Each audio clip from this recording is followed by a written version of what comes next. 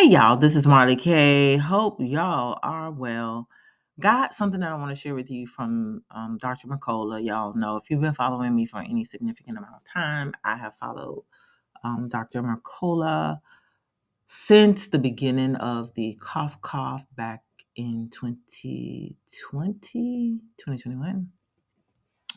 Anywho, I've followed him for a couple of years now, and he's been labeled a lot of things, but a lot of things that he's discussed has come to pass. He was labeled as a quack, deplatformed by many platforms, numerous platforms, and um, proven to be true with no credit, still debanked and has been persecuted by numerous powers and entities for a very long time. So, um, I consider him a watchman. He's somebody that I follow, somebody that I have listened to, and that has helped me navigate these times. So, I consider him a watchman. If you are still caught up in this political system and this far right, left, progressive, liberal, um, as far as I'm concerned right now, it's good and evil. I don't even care about politics. And so if there is somebody or some groups of people out here trying to harm me or my people, I'm paying attention to that. And those who are sounding the alarm, I'm paying attention to them. So for me, anybody that's trying to be wicked and harm us, I'm talking about it. And anybody who's sharing great information, regardless of their socioeconomic status, race, or whatever, I'm sharing it with you. And so that is why I talk about Dr. McCullough on occasion and I trust him. Now, I don't know how much I'm going to be able to share on this platform because this platform has it out for him. He's not really able to share a whole lot on this platform. And usually the things that I share that he talks about, I can't discuss on this platform. So today I'm going to be talking about um, a nonprofit organization called Public Good Projects. And the reason I'm going to talk about them is because they monitor and censor online discussions about the coughs, Bap-Baps. And if you know anything about Bap-Baps, those are things that they put into your body to keep you from getting ill, allegedly. So I'm going to do this as an intro. If you'd like to see the entire video, you will have to go to Rumble. So I want to share one thing before I end this video and just have a little brief discussion because this impacts me as well. So it says, just like the federales have been working with Stanford Internet Observatory and NewsGuard to circumvent First Amendment free speech rights. One of the drug companies has been secretly working with a third-party non-governmental organization called the Public Good Projects to monitor and censor online discussions about the Bap-Baps. If you don't know what Bap-Baps are, it's those things right there where I have highlighted. All right. So anything that might hurt the drug company's bottom line. And I'm not saying the company's name because I don't want any smoke. Maybe they'll allow this amount of the video to stay on YouTube. So this is according to documents seen by Fang and Polson. PGP works closely with social media platforms, government agencies, and news websites to identify and shut down misinformation. Now I want you to listen to this. Quote, with PGP, the drug company, one of the drug companies that made the Bap-Baps, is monitoring a huge range of mainstream outlets as well as unconventional ones such as the Steam online gaming community and Medium, Fang and Polson, right? I was on Medium, and a lot of what I started talking about before I got shut down were Bap-Baps, were the new global order. I started doing links to these different things that are leading us into this new infrastructure, this one world thing that's happening. Have to talk between the lines, and you got to read between the lines. But I I can't tell y'all enough how much, we are persecuted for really trying to share information.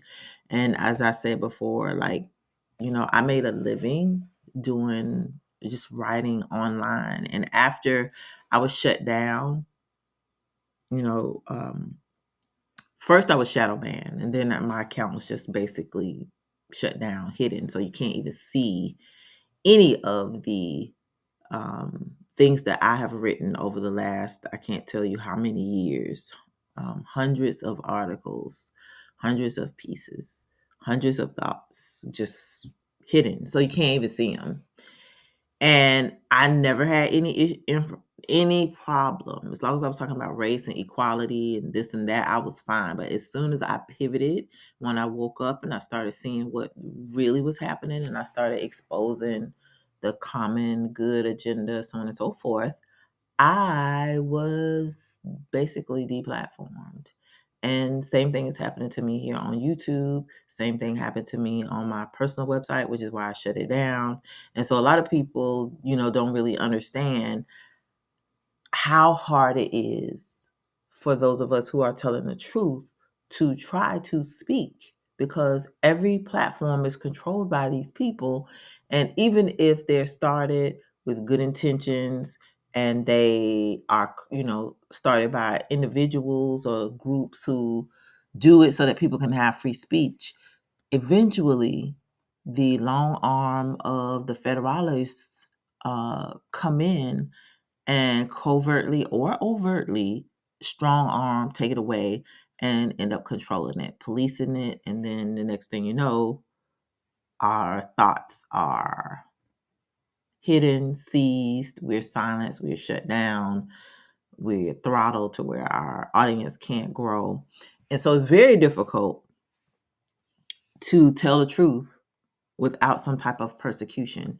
So, I've been saying this for a long time. I'm so glad that other people are talking about it, because, people take for granted that the truth is always going to be out there. The truth is not always going to be here. It's not here now. Like, I should have a huge audience of people following me, but I can't get a huge audience because of the type of information that I talk about.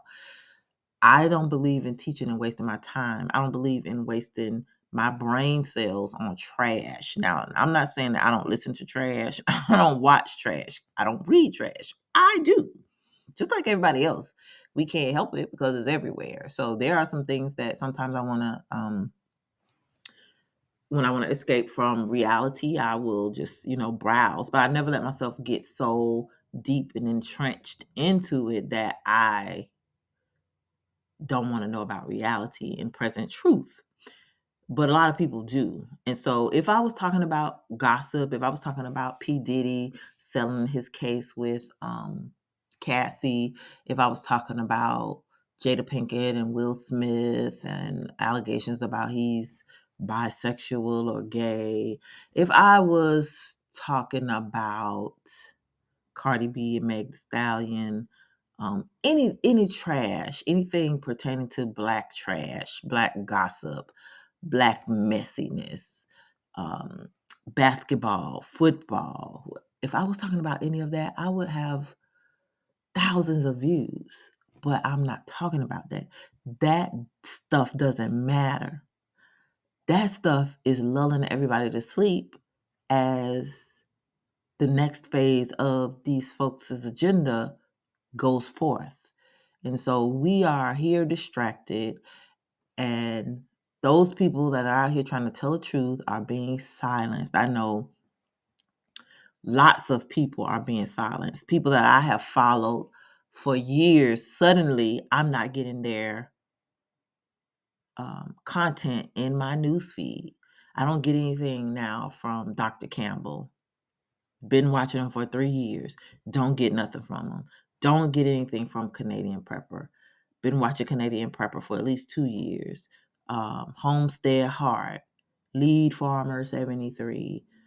Just a lot of different good channels that I followed over the years about gardening, emergency preparedness, city prepping.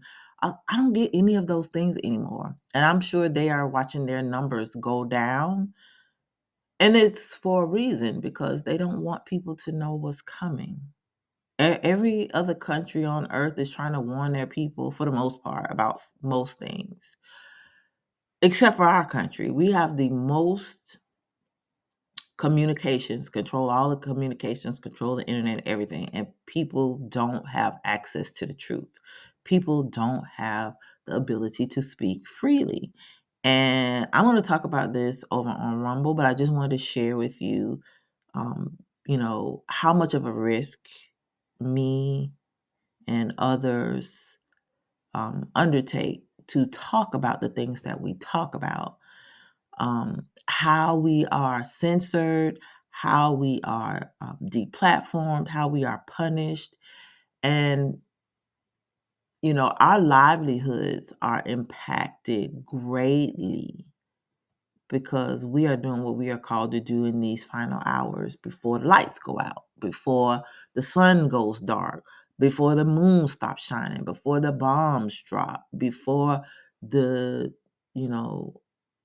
sleeper cells wake up. Whatever thing that, they've told us is coming, before the cootie bugs, the next thing comes out and kills 10 times more people.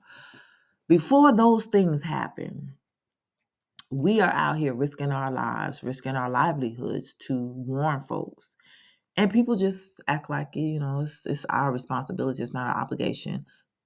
It is our obligation to save you and protect you. It's my obligation to save and protect myself. But the Most High has given me this job and this yearning or this longing to warn people, to teach people, to wake people up, to help people, because this is what we are supposed to do. And am I perfect? No, I'm not perfect. By no means am I perfect. But I feel like this is what we are supposed to do. And if more of us was doing this, we're doing this instead of playing around or being afraid or not taking risk or not waking people up, we would be in a much better state as a people.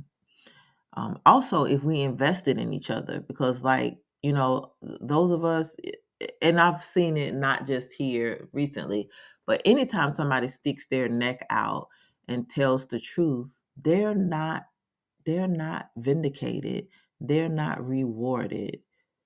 You're persecuted. And I'm thinking about Monique. Look at how Monique came out and she talked about how she was treated, and everybody turned on her for years. Like her career suffered. And finally, after all these years, she's being vindicated. But, the people who vilify her are living their best lives. They were able to go on and prosper. Tyler Perry is prospering. Oprah prospering, although, her reputation has taken some hits. Lee Daniels still prospered. Um, his reputation took a few chinks, but not many. Um, I think about, people like Kyle Rittenhouse kill people, and folks, white folks will donate millions to keep him out of jail and to support his um, legal expenses because, he killed folks, and they feel like they should have the right to do that. I look at what Black folks support and, how we don't ever come to rally behind people who stick their necks out for our people. And it's really problematic for me, but it also speaks to why more people don't come out and do things for us. We completely do not support our own people. We don't take stuff like that seriously. And I don't know. I really don't know, what to say about the state of our people and why we're like this. I really wish that, we would do a better job of taking care of one another and supporting each other when we are working to free and liberate our people and teach our people how these systems work and why we need to come out of this system. But if we haven't done it in all these years, we ain't gonna do it. Definitely not now. But it would be nice to see folks who are out here being persecuted, and not just Black people. It's all kinds of people out here just warning people. Period. You're supposed to, we're a nation, just like Israel is a nation, America is a nation, and you should be warning Americans, which is, I work to wake our people up, but also as an American, I, try to reach American people, but it's just difficult because we're so divided historically by race primarily, then socioeconomic status, educational attainment, state, political affiliation. So we have all these reasons to not listen to people when at the end of the day, when the poop hits the fan and everybody is hungry, bombs are dropping on our heads, there ain't no power, there's cold, there ain't no food. We're neighbors and we're supposed to be looking out for each other, but they've taught us to hate each other so, and the nations have mistreated us so poorly that, it's difficult for us to trust anybody, for one. But two, why should we help anybody? Because nobody helps us. So we're in this precarious situation, and, we're dealing with truth here. And anything that is going to hurt the money folks, they are shutting us down and silencing us. So we have to really be mindful about what we see, what we hear, and all these social media platforms. Every place that we get information from, we need to be wary of, because there are multiple agendas happening. And while some of the information helps us gather data so that we can be ready for what's coming, a lot of this stuff is confusing. And they don't want us to know the truth, which is why we keep getting bombarded with Didi resigned from Revolt TV. Don't nobody care. I ain't watch Revolt anyway. What Didi done for us? Nothing. Nothing.